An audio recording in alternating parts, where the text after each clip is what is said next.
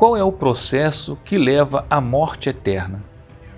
Na carta de São Paulo a Tiago, capítulo 1, versículos de 14 a 15, temos o seguinte: antes, cada qual é tentado por sua própria concupiscência, que o arrasta e seduz.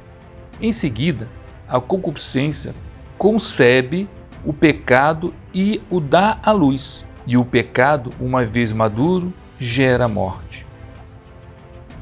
O apóstolo São Tiago descreve em 2 versículos, com uma incrível profundidade, do início ao fim, o processo que produz a morte da alma. O pecado não se produz sem motivo, nem de súbito, nem algo que surge abruptamente diante de nós sem que tenhamos culpa, uma vez que há, como bem descreve o apóstolo, todo um processo. A tradução do grego destes 2 versículos deve ser muito precisa, para não perder as matizes que existem nos verbos. O processo descrito é o seguinte: as paixões, depois gestão do pecado, em seguida dá-se à luz o pecado, vem o pecado, recomeça com uma gestação, e enfim dá-se à luz a morte. A imagem de uma mulher gestando em seu ventre, durante meses, uma criança, é a imagem da pessoa que gesta a iniquidade em seu interior.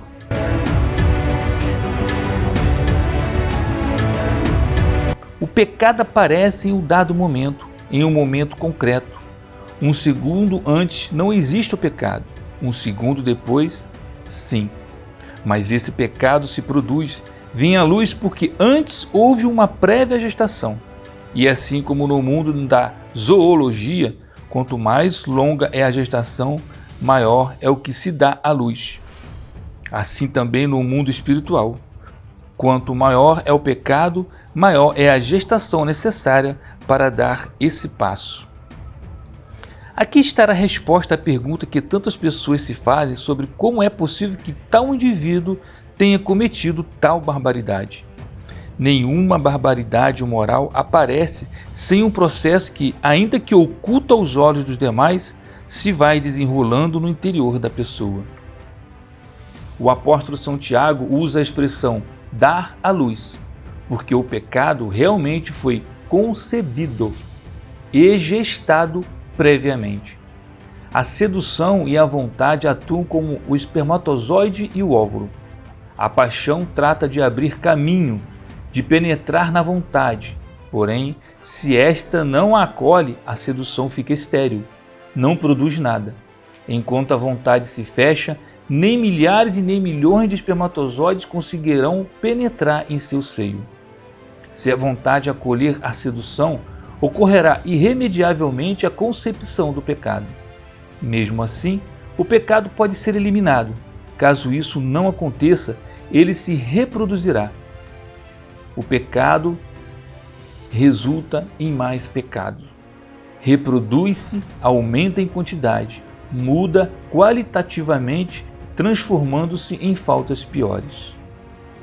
Se o primeiro pecado tem um processo anterior, o pecado que se deixa nascer também começa um novo processo, o qual leva à morte da alma.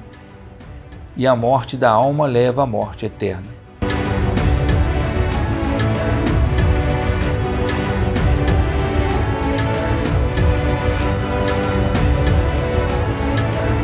A alma invadida pelo pecado é como uma alma morta, pois não tem vida sobrenatural dentro de si. E se a alma morta decide permanecer até o final, nesse estado de corrupção, está destinada à morte eterna, à condenação. Conhecer tudo isso nos leva a valorizar ainda mais a ação sobrenatural da graça divina, que em qualquer momento desse processo, enquanto ainda não ocorreu a morte eterna, pode vivificar a alma. O perdão de Deus não é somente perdão, mas vivificação. E o que já disse aqui para o pecado e as paixões vale, só que ao contrário, para a graça e a virtude. A vida em Cristo é um processo, uma vida que se desenvolve. Temos que nos atentar no que diz o Catecismo da Igreja Católica, no número 1859. O pecado mortal requer pleno conhecimento e pleno consentimento. Pressupõe o conhecimento do caráter pecaminoso do ato de sua oposição à lei de Deus. Envolve também um consentimento suficientemente deliberado para ser uma escolha pessoal. A ignorância afetada e o endurecimento do coração não diminuem, antes aumentam o caráter voluntário do pecado. Rezemos pedindo a intercessão de São Bento. A cruz sagrada seja minha luz, não seja o dragão meu guia. Retira de Satanás, nunca me aconselhes coisas vãs, é mal que tu me ofereces, bebe tu mesmo o do teu veneno. São Bento, rogai por nós. Levanta-se Deus por intercessão da bem-aventurada Virgem Maria e de São Miguel Arcanjo e de toda a milícia celeste, que sejam dispersos seus inimigos e fujam de sua face todos os que os odeiam. O Senhor esteja convosco, Ele está no meio de nós. Abençoe-vos Deus Todo-Poderoso, Pai, Filho e Espírito Santo. Amém. Glorificai a Deus com testemunho de vossas vidas.